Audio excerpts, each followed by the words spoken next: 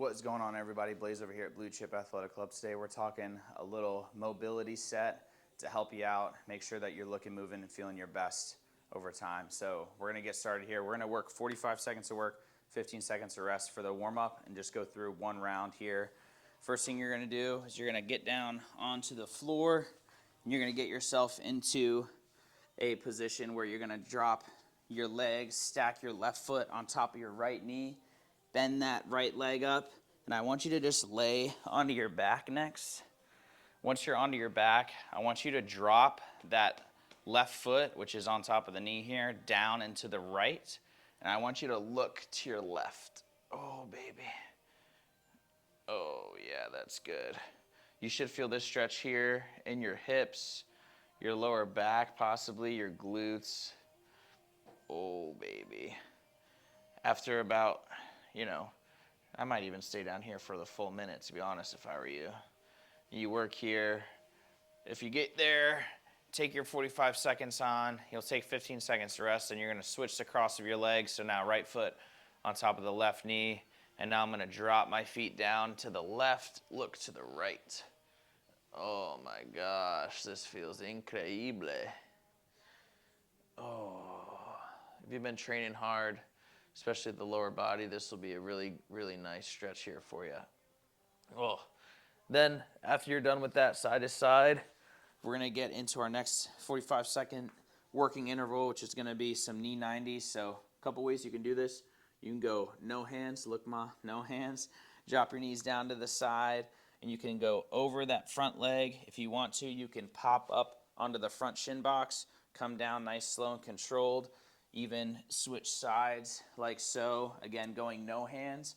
You can also plant the hands back behind you, help your body kind of floss side to side. And if you want to come up on that shin box, work on that hip mobility a little bit more, you can use your hands to press, help you up, and then just go nice and slow, controlled down. Even if you need your hand assist there, plant the hands behind your back, and then work for this full 45-second working interval. If that stretch is nice when you're leaning over that front leg, don't neglect it. Listen to your body and let that thing rip. Next thing we're going to go is knee over toe lunge on the right and the left side. So the way this is going to work, this is going to require a lot of hip mobility, and it's something that we're kind of building on in this program all the time. But what I want you to think about is driving through your rear leg heel and activating your rear glute. So if I can push it like this and it's kind of, not stiff because I'm not firing off, you're probably doing the move wrong and you're not getting that flexion, that stretch across the front side of the hip. So the way it's going to go, my left leg's out in front of me, my right leg's behind me. If you're feeling like you're on a tightrope and you're like, whoa, I can't balance, step your foot out to the side. Give yourself a little bit of a wider base.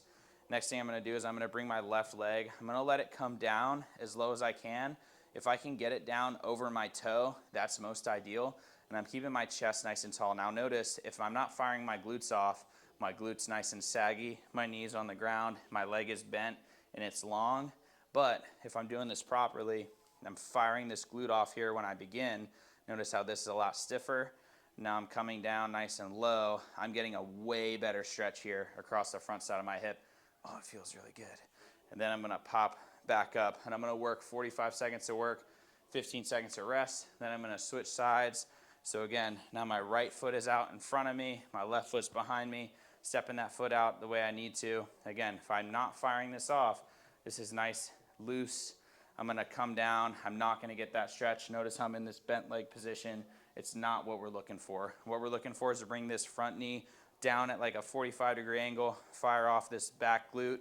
Before we begin, notice that's a lot stiffer, and I'm coming down out over this leg. It's okay if we can't go all the way down, and then we come back up. We're testing that range of motion. We're improving our hip mobility at the same time, and we'll get better as we progress. So after that 45 seconds to work, 15 seconds to rest, the last move we're going to get into is our weighted butterfly, sitting down.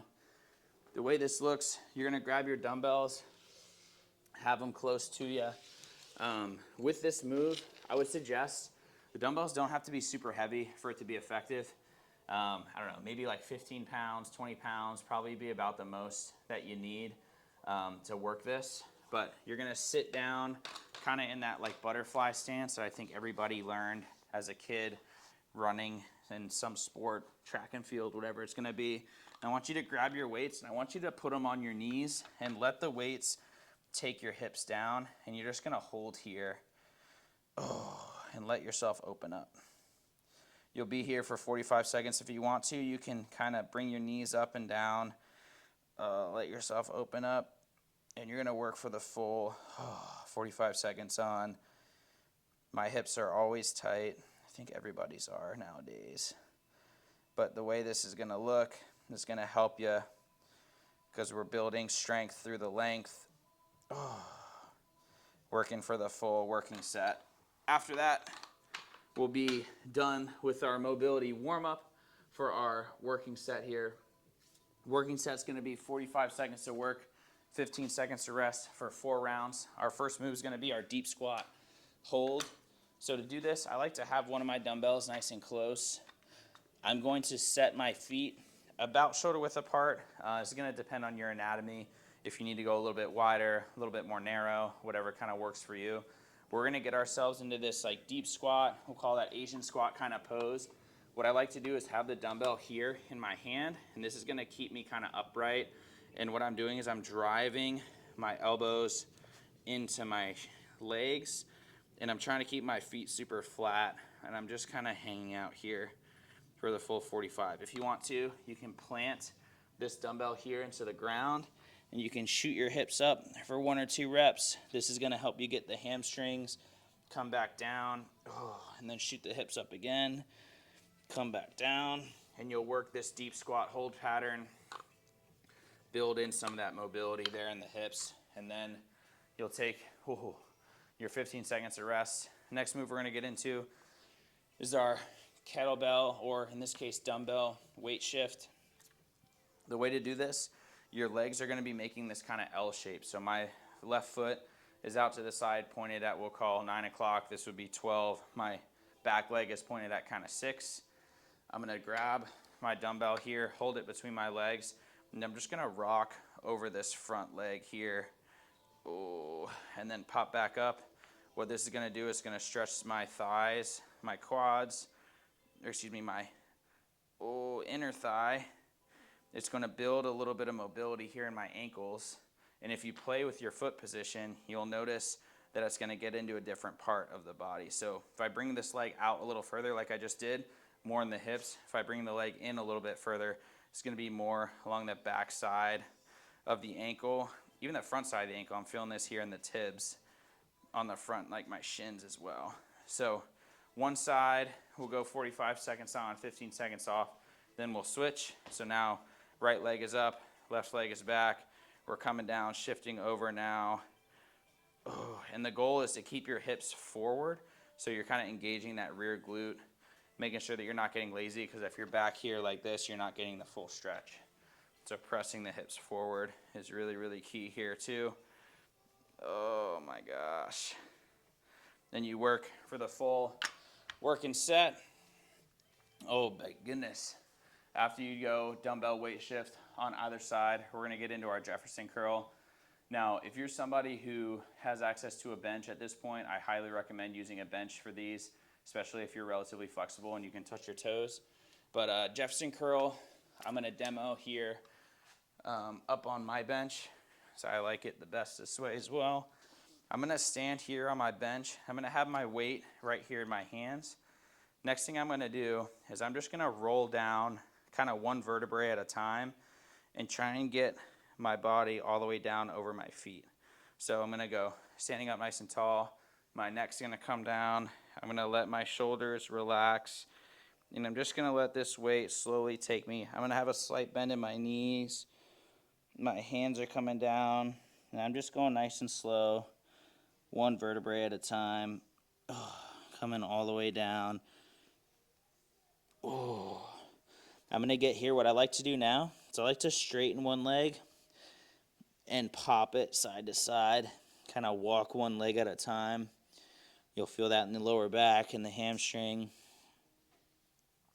Then I'm just gonna go one vertebrae at a time all the way back up. So then I'm gonna be here, one vertebrae at a time. all the way back up nice and slow. Whew. And then you'll go again. So you'll work, that's the Jefferson curl. If you need to do it on the ground, that's totally fine.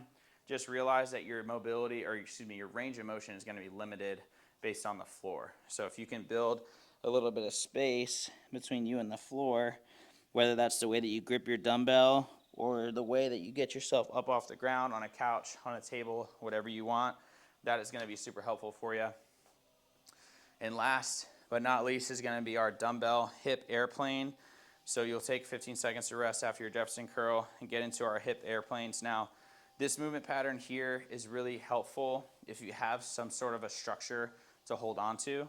So for me, I'm going to use this kind of spot on my bench or my rack. You can use a couch. You can use kind of anything that's going to help keep you stable. But I'm going to use this for now, move my bench here out of the way. The way this is going to look, I'm going to have my left foot planted. And sorry, I'm kind of facing away from you. I think that might be kind of goofy, but my left foot's going to be planted. My right leg is going to come up nice and high. And what I'm going to do is I'm going to allow this dumbbell that's in my hand, my right hand, I'm going to allow it to bring my body into a twist. And I'm almost trying to look all the way up and around, and then I'm trying to bring myself all the way back up and then look up the other way. So I'm bringing dumbbells weighing me down, bringing me out over my leg, and I'm twisting and I'm looking to the left. And now I'm going to fire off of my glute, turn my body, and look all the way over it back to the right. And then I'm going to go floss side to side. And you'll work for the full 45 seconds on. You'll take 15 seconds to rest, and then you'll switch sides. So if you want to, you can use your bench for this as well. I'll show that. It's probably a little bit better for most of us. Now again, we'll go right side now. So we'll switch. So my right foot's going to stay planted. My right hand is going to go down onto the bench. My left leg out behind me. And now again, the weight comes all the way down. I'm looking out to the right. And now I'm going to have my right glute fire, fire, fire, fire, fire. Turn my body all the way over. And then I'm letting the weight carry me back down. And then the right glute fires, turns. And then we're all the way back down. Last one. All the way up. Turn and fire. All the way back down. So you'll work hip airplanes, 45 seconds to work, 15 seconds to rest. Then you're going to go through all those moves 3 more times. Good luck. Let me know how you guys do. See you in the next one. Later.